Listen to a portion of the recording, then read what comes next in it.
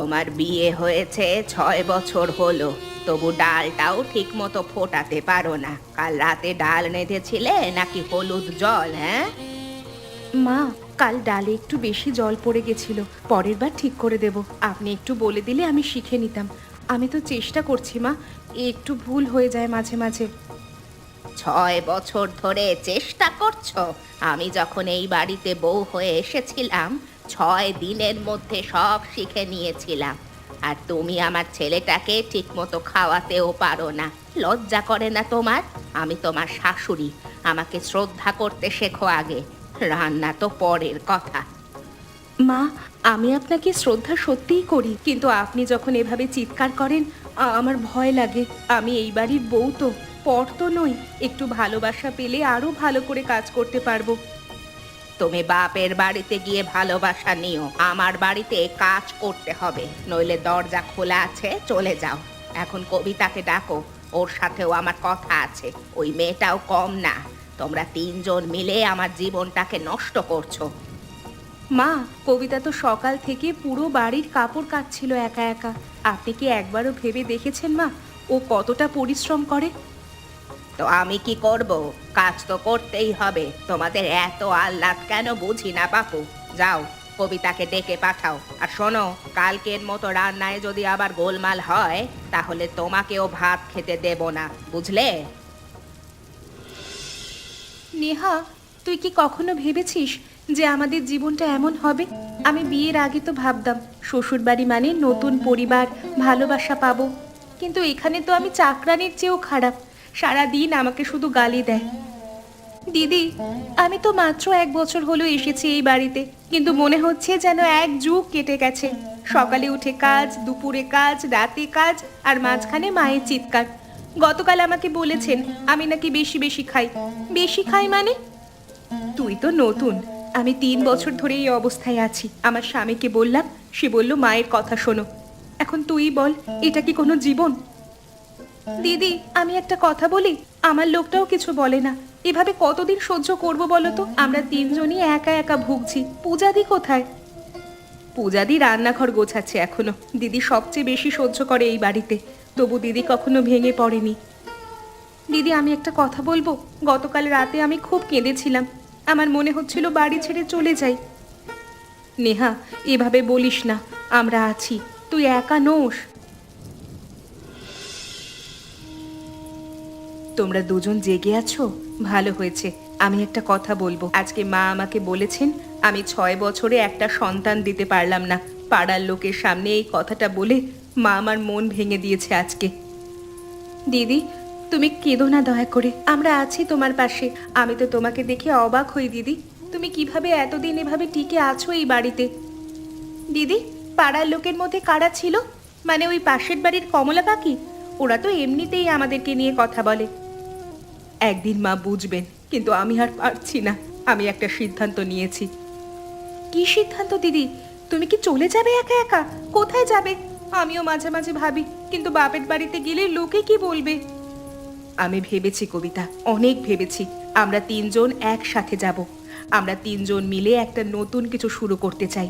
বলো, তোমরা আমার সাথে আছো তো?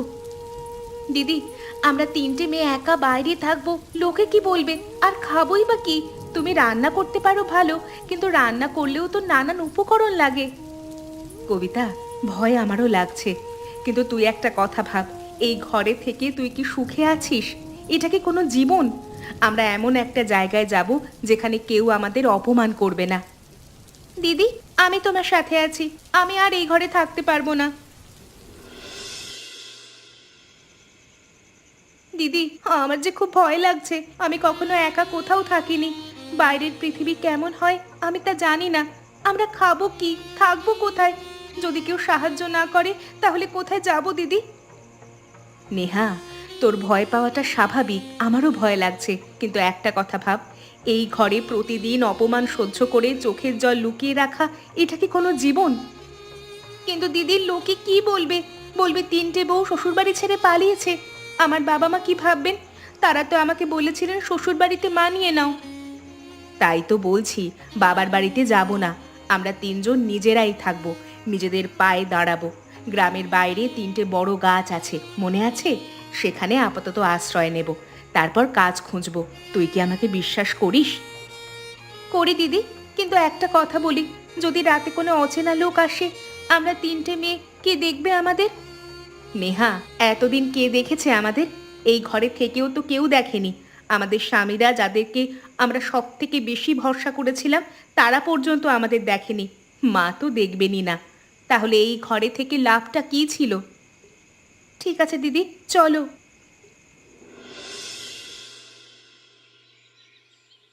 এটা কি হচ্ছে? কোথায় যাচ্ছ কি তোমরা? এটা কি নতুন নাটক তোমাদের? কোনো নাটক নয় মা। তাহলে তোমরা আমাকে ভয় দেখাচ্ছ নাকি? ভাবছো ঘর ছেড়ে গেলে আমি অসহায় হয়ে যাব? তোমাদের মতো বউ না হাজার হাজার পাওয়া যায়। যাও যাও, দেখি কত দূর যেতে পারো। 2 দিন পর পেটে টান লাগলে ঠিক ফিরে আসবে। মা, আমি 6 বছর আপনার সেবা করেছি, একটা দিনও অভিযোগ করিনি। আপনি আমাকে বন্ধা বলেছেন পাড়ার লোকেদের সামনে, তাই বাধ্য হয়ে আজ আমরা চলে যাচ্ছি মা। রাকেশ, তোর বউ কি বলছে শুনেছিস? তোর বউ আমাকে শেখাচ্ছে। আমি এই সংসারে 40 বছর ধরে চালাচ্ছি, আর আমার শাশুড়ি আমাকে কত কিছু বলতেন। আমি কি ঘর ছেড়ে গেছি নাকি? যা যা, বের হয়ে যা আমার বাড়ি থেকে। দেখি কতদিন বাইরে টিকতে পারিস। মা, আপনি যে কষ্ট পেয়েছেন সেই একই কষ্ট আমাদের দেওয়া কি ঠিক? আপনার শাশুড়ি ভুল করেছিলেন, আপনিও সেই একই ভুলের পুনরাবৃত্তি করছেন। তোরা আমাকে শেখাবি? হ্যাঁ, ঠিক আছে, যা যা যা, চলে যা। দেখি 2 দিন বাইরে থেকে তোদের কেমন লাগে। তারপর যখন ফিরে আসবি তখন জুতো মেরে উঠোনে দাঁড় করিয়ে রাখবো। মা, আমরা ফিরে আসবো না। চলো কবিতা, চলো নেহা, আর কিচ্ছু বলার দরকার নেই। দিদি, আকাশটা দেখো কি সুন্দর, কত তারা। শ্বশুর বাড়িতে থাকতে আমরা সারাদিন, শুধু সারাদিন মাথা নিচু করে কাজ করেছি। আজ প্রথমবার জীবনটা অদ্ভুত সুন্দর লাগছে দিদি। আমারও তাই লাগছে কবিতা। জানো, প্রথমবার আজকে মনে হচ্ছে আমার বুকের ভেতর থেকে যেন একটা ভারী পাথর সরে গেছে। প্রতিদিন সকালে উঠে ভয় লাগতো আজকে আবার কি বকা খাবো। আজকে সেই ভয় আর নেই। কিন্তু দিদি, কাল থেকে কি করব? খাবার তো লাগবে, টাকা তো নেই আমাদের কাছে। নেহা বলছিল ও টিউশনি করতে পারবে, কিন্তু ছাত্র কোথায়? তুমি রান্না পারো, কিন্তু খাবার বিক্রি করতে গেলে তো উনুন লাগবে, হাঁড়ি লাগবে, মশলা লাগবে। আমাদের তো কিছুই নেই দিদি। আমরা 3জনে একসাথে আছি, এটাই অনেক। কাল সকালে আমরা গ্রামের হাটে যাব, সেখানে কাজ খুঁজবো। আমাদের ধীরে ধীরে নিজেদের স্বাধীন সংসার হবে। কিন্তু আজকে রাতে খাবো কি? আমি দুপুর থেকে কিচ্ছু খাইনি। আমি বোঁচকায় কিছু চিড়ে আর গুড় এনেছিলাম, সেটা দিয়ে আজকে রাতটা চলে যাবে। কাল থেকে দেখা যাবে। দিদি, আজকে 17টা প্যাকেট বিক্রি হয়েছে। লোকে আমাদের মুড়ি মাখা পছন্দ করছে। বাজারের চায়ের দোকানের মালিক বলল আমাদের মুড়ি মাখা তার দোকানে রাখতে চায়। দিদি, আমরা পেরেছি। হ্যাঁ নেহা, আমরা ধীরে ধীরে পারছি। তবে এটা সবে শুরু, আমাদের আরো অনেকটা পথ যেতে হবে। কবিতা গতকাল গ্রামের দর্জির কাছ থেকে পুরনো সেলাই মেশিনটা ধার করে এনেছে। ও এখন জামা সেলাই করছে। সত্যি দিদি? আর আমিও আর বসে থাকবো না। গ্রামের স্কুলে সেই মাস্টার মশাইয়ের সাথে কথা বলেছি। উনি বললেন 3টে বাচ্চাকে পড়াতে দেবেন। আমি বলেছি পারবো। নেহা, দেখবি এভাবেই আমরা 3জন একসাথে লড়বো, আর একদিন ঠিক জিতে যাব। দিদি, একটা কথা বলি, গতকাল রাতে আমি প্রথমবার খুব শান্তিতে ঘুমিয়েছি। আমিও রে, এখন জীবনে খুব শান্তি পাচ্ছি। দিদি, আজকে একটা কথা বলি। গতকাল বাজারে গেছিলাম কাপড় কিনতে, সেখানে সন্দীপকে দেখলাম। দূর থেকে দাঁড়িয়ে আমার দিকে তাকিয়েছিল। তারপর আমি তাকে দেখেও না দেখার ভান করলাম। 3 বছর সংসার করেছি ওর সাথে, সব ভুলে যাওয়া কি এত সহজ? সহজ নয় কবিতা, আমারও মন খারাপ হয়। কিন্তু তারপর মনে পড়ে সেই অপমানগুলো। ওরা আমাদের কিভাবে অবহেলা করেছে আর অত্যাচারের দিকে ঠেলে দিয়েছে। তুমি ঠিকই বলেছ দিদি, সম্মান ছাড়া ভালোবাসার কোনো মানে নেই। আমি বুঝতে পারছি না আমি ঠিক করছি কিনা দিদি। সেটা সময় বলবে কবিতা। এখন আমাদের কাজে মন দিতে হবে। গতকাল গ্রাম পঞ্চায়েতের দিদি এসে বলেছেন আমাদের একটা ছোট লোন দিতে পারবেন। যদি পাই তাহলে এই জায়গাটাকে পাকা দোকান বানাতে পারবো। তখন আরো বেশি খাবার বানাবো আর আরো বেশি বিক্রি হবে। লোকজন আমাদের পছন্দ করছে, আমাদের উৎসাহ দিচ্ছে কাজে। কবিতা, পূজা আমার সাথে কথা বলতে রাজি হচ্ছে না, তাই তোমার কাছে এসেছি। আমি একটা কথা বলতে চাই। আমি আমি অনেক বড় ভুল করেছি। এখন বুঝতে পারছি তোমরা চলে আসবার পরে। রাকেশ দা, তুমি এখন এসব বুঝছো কারণ তোমার ঘরে রান্না করার, তোমাদের সেবা করার কেউ নেই, তাই মা একা সবকিছু আর সামলাতে পারছেন না। তুমি আমার কথাটা শোনো। কি শুনবো? তোমরা এখন সমস্যায় পড়ছো, তাই তোমাদের মনে পড়েছে আমাদের কথা। যদি আমরা ফিরে যাই আবার সেই একই হবে। আমরা আর ফিরবো না রাকেশ দা। না কবিতা, এবার সত্যি বদলাবো আমরা। সন্দীপ আর মহেশ, আমরা আমরা তিনজন কথা বলেছি। আমরা আমরা মাকে বলেছি যে ওরা না ফিরলে আমরাও এই বাড়ি ছেড়ে দেব। রাকেশ দা, একটা কথা বলো তো, তুমি কি সত্যিই মাকে বলতে পারবে যে সে ভুল করেছে? কারণ তুমি আগেও অনেক কথা বলেছিলে, বিয়ের পর বলেছিলে পূজাদিকে কেউ কিচ্ছু বলবে না, কিন্তু 3 মাসও যায়নি, তুমি কিছুই করতে পারোনি। তুমি ঠিকই বলছো, আমি আগে ভুল করেছি, কিন্তু এ 6 মাসে আমি নিজে ঘরের সবকিছু করে বুঝেছি কতটা কঠিন এসব কাজ। পূজা একা এত কিছু করত, আমি কোনো দিন তার পাশে দাঁড়াইনি। আর এই জন্য আমি লজ্জিত কবিতা। রাকেশ দা, আমি তোমাকে বিশ্বাস করতে চাই, কিন্তু দিদি সিদ্ধান্ত নেবে। আমরা 3 জন একসাথে এসেছি, একসাথেই সিদ্ধান্ত নেব। তুমি এখন যাও। পূজা, আমাকে কি একটু জল দেবে? অনেকটা পথ হেঁটে এসেছি, পা ব্যথা করছে। মা, আপনি? 6 বছর ধরে তুই আমার সেবা করেছিস, আমি তোকে কষ্ট ছাড়া আর যে কিছুই দিইনি। মা, মা বসুন আপনি, আমি জল দিচ্ছি। আপনি এতখানি পথ একা হেঁটে এসেছেন? আপনার তো হাঁটুতে ব্যথা। কেন এসেছেন মা? আপনার কষ্ট হয়েছে নিশ্চয়ই। বসুন বসুন, আপনি বিশ্রাম নিন একটু। দেখেছিস পূজা, আমি তোকে কত কষ্ট দিয়েছি, তবু তুই আমার কষ্টের কথা ভাবছিস। আমি তোকে বন্ধা বলেছিলাম পাড়ার লোকের সামনে। সেসব কথা এখন আর আলোচনা করে কি হবে মা? তখন অহংকার ছিল আমার, ভেবেছিলাম আমি শাশুড়ি, আমি যা বলবো তাই হবে। কিন্তু তোরা চলে যাওয়ার পর আমি বুঝেছি আমি মা হতে পারিনি তোদের। মা, আপনার এই কথাগুলো শুনতে আমি 6 বছর অপেক্ষা করেছি। অবশেষে আজকে আপনি এসেছেন মা, কিন্তু এখন শুধু কথা বলে কিছু হবে না। আমাদের দেখতে হবে আপনি সত্যিই বদলেছেন কিনা। পূজা, তোরা চলে যাওয়ার পরে আমি ধীরে ধীরে বুঝতে পেরেছি ওই সংসারে তোরা কত কিছু করেছিস।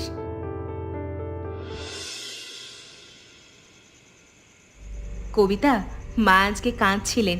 6 বছর ধরে ওই মানুষটাকে দেখেছি, কোনোদিন এত কষ্ট পাইনি, কিন্তু আমি ভয় পাচ্ছি যদি ফিরে যাই আবার সব আগের মতো হয়ে যাবে না তো? তোরা কি বলিস? দিদি, আমি একটা কথা বলি, আমরাও তো কেঁদেছি, তাতে কি কিছু বদলেছিল? দিদি, আমি অনেক ভেবেছি, আমি মনে করি আমরা ফিরে যেতে পারি, কিন্তু কিছু শর্তে। কি শর্ত? প্রথম শর্ত, আমরা কাজ করব, কিন্তু আমাদের অপমান করা যাবে না। দ্বিতীয় শর্ত, আমাদের দোকানটা চলবে, আমরা আমাদের রোজগার নিজেরা করব। তৃতীয় শর্ত, স্বামীরা আমাদের পাশে দাঁড়াবে। ঠিক আছে কবিতা, আর আমরা 3 জন একসাথে থাকব। মা যদি একজন কেউ আলাদা করতে চান, আমরা 3 জনই আবার চলে আসব, আমাদের আর কেউ আলাদা করতে পারবে না। পূজা, পূজা, তুমি ফিরে এসেছো। আমি জানি তুমি শর্ত দিয়েছো, আমি আমি তোমাদের প্রতি এই প্রতিটা শর্ত আমি মানব। না হলে আমরা আবার ছেড়ে চলে যাব এই বাড়ি। সেটা আর কোনো দিন হবে না, কারণ আমরা 3 জন সিদ্ধান্ত নিয়েছি এবার থেকে যত যাই হয়ে যাক আমরা তোমাদের পাশে দাঁড়াবো। মা ভুল করলে সেটা বলবো, কিন্তু মা সত্যি বদলাচ্ছেন, এখন কারোর উপরে হুকুম না করে নিজেই সব কাজ করেন। দেখো, আমি তোমাকে ভালোবাসি, আমি তোমার ঘরের কাজ করব, কারণ এটা আমারও সংসার, কিন্তু তোমাদের মনে রাখতে হবে যে আমি তোমাদের চাকরানী নই। আমার কথারও মূল্য আছে, আর আমাদের দোকানটা চলবে, তোমরা সাহায্য করবে। আমাকে আরেকটা সুযোগ দাও পূজা। ওই দোকানটা এখন থেকে শুধু তোমাদের দোকান নয়, আমাদের পারিবারিক দোকান। আমরা সবাই মিলে হাতে হাত লাগিয়ে ওই দোকানটাকে বড় করব। তুমি আরেকটা কথা বলো, সেদিন মা যখন আমাকে বন্ধা বলেছিলেন তুমি কোথায় ছিলে? তুমি তো সব শুনেছিলে, তবু কিচ্ছু বলনি। সেই অপরাধটাই আমাকে প্রতিদিন কষ্ট দেয়। তুমি যদি সেদিন মাথা উঁচু করে কথা বলতে, তাহলে হয়তো আমাকে ঘর ছাড়তে হতো না, এই 6 মাস গাছের নিচে কাটাতেও হতো না। পূজা, আমি জানি সেটা আমার সবচেয়ে বড় ভুল ছিল। কিসের ভুল?